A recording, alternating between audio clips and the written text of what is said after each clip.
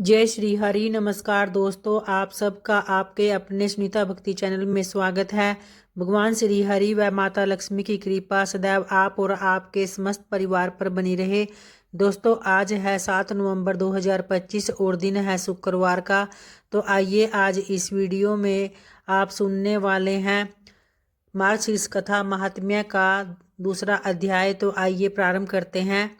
ब्रह्मा जी विष्णु भगवान जी से बोले कि हे देवेश, आपने श्री विष्णु जी को प्राप्त करने के लिए मार्गशीर्ष का विधि विधान से भक्ति पूजन करने को कहा है। इसलिए हे देवेश, मैं आपसे पूछता हूँ कि इसकी विधि क्या है। तो इस पर विष्णु भगवान ब्रह्मा जी से बोले कि मनुष्य को आलस्य को छोड़कर सूर्योदय से पहले उठकर विधि पूर्वक नित्य कार्यों से निवृत्त होकर वह आचमन आदि करके और समस्त गुरु को नमस्कार करके मुझे नमस्कार करे और मल मूत्र त्याग कर पवित्र होकर मौन रहकर भक्ति भावना से सहस्त्र नाम से मेरा कीर्तन करे। फिर यथा विधि मृतिका आदि से शुद्ध होकर मौन रहकर दंत धावन करे। फिर उसके बाद आचमन कर विधि अनुसार स्नान करे। हे महामते, तुलसी की जड़ की मिट्टी को तुलसी पत्थर सहित लेकर मूल मंत्र या गायत्री मंत्र से अभिमंत्रित करके मूल मंत्र से उस मृतिका को शरीर में लगाकर तालाब या कुएं के जल से स्नान करे और फिर जल के अंदर नाक डुबोकर मंत्र का 3 बार उच्चारण कर उस जल में स्नान करते समय तीर्थ स्थल की कल्पना करते हुए विद्वान मंत्र का जप करे। मूल मंत्र ओम नमो नारायण यह अष्टाक्षर मंत्र जप करे और फिर हाथ में कुशा लेकर आचमन करे। शुद्ध जल से स्नान करे तथा विद्वान कल्पना करते हुए इस मंत्र से जप करे कि तुम विष्णु पाल से प्रकट हुई हो, अतएव तुम वैष्णवी हो, तुम विष्णु देवता हो, तुम मेरी रक्षा करो। जन्म से मरण पर्यंत तुमको नमस्कार है।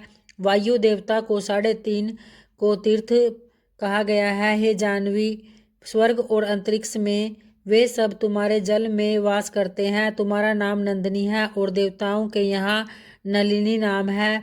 दक्ष पुत्री विदेह आकाश गंगा विश्वगा संसार गामिनी ये नाम योगी जन लोग कहा करते हैं।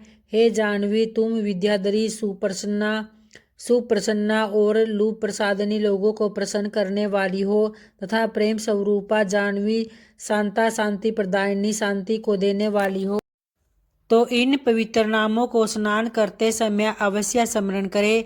वह तीनों लोकों में गमन करने वाली गंगा तथा उन स्थान में वास करती है।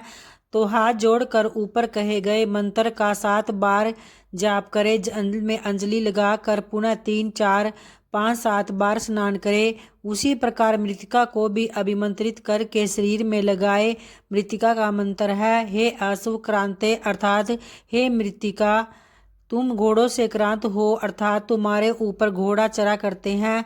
हे रथ क्रांते अर्थात तुम्हारे ऊपर रथ चला करते हैं। हे विष्णु क्रांते अर्थात श्री विष्णु भगवान के चरण कमलों से तीनों लोकों को नापने वाले। हे वसुंधरे अर्थात रथ को दान करने वाली। हे मृतके, जो मैंने पाप किए हैं उन पापों का नाश करो। हे मृतके, सहस्त्र बाहु वाले श्री कृष्ण ने 12 रूप से तुमको ऊपर उठाया है। हे सुमते, तुम समस्त प्राणियों को उत्पत्ति स्थान हो, तुमको नमस्कार है। इस प्रकार स्नान करते वक्त विधि पूर्वक आचमन करे और जल के किनारे खड़े होकर श्वेत वस्त्र धारण करे।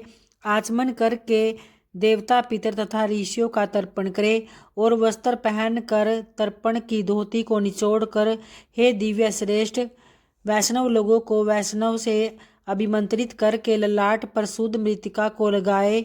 आलस्य रहित होकर तथा संख्या उदर्व कुंड तिलक धारण करे।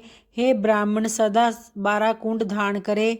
हे पुत्र, क्षत्रिय लोग 4 कुंड को धारण करे और वैश्य लोग 2 कुंड को धारण करे तथा इस स्त्री तथा शूद्रों को 1 कुंड कहा गया है। मस्तक, उदर तथा वक्षस्थल, कंठे दोनों, कान दोनों, पीठ अर्थात पीठ के नीचे भाग में और सिर पर धारण करे। हे अनग, ब्राह्मण को सदा 12 तिलक धारण करने को कहा गया है और क्षत्रिय ललाट यानी कि मस्तक हृदय में और दोनों भुजाओं में धारण करे। वैसे लोग ललाट में हृदय में धारण करे तथा इस प्रकार स्त्री तथा शूद्र लोग केवल ललाट में धारण करे। ललाट में केशव का, उदर में नारायण का ध्यान करें। वक्षस्थल में माधव का, कंठ में गोविंद का, दक्षिण में विष्णु का, बाहु में मधुसूदन का तथा कानों के मूल भाग में त्रिविक्रम का, वाम पार्श्व में वामन का, वाम बाहु में श्रीधर का, कान में ऋषिकेश का, पीठ में पद्मनाभ का तथा रीढ़ में दामोदर का न्यास करे और हाथ धोकर जल को वासुदेव का स्मरण करे।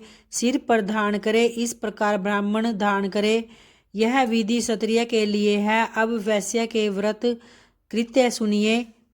ललाट में केशव का ध्यान करें। इस विधि से भारी प्रसन्नता के लिए कुंड को धारण करें। श्याम वर्ण का तिलक शांति को देने वाला होता है और वश में करने के लिए रक्त वर्ण का तिलक करें। पीत वर्ण का तिलक करने से लक्ष्मी प्राप्ति होती है और श्वेत वर्ण का तिलक करने से मोक्ष मिलता है।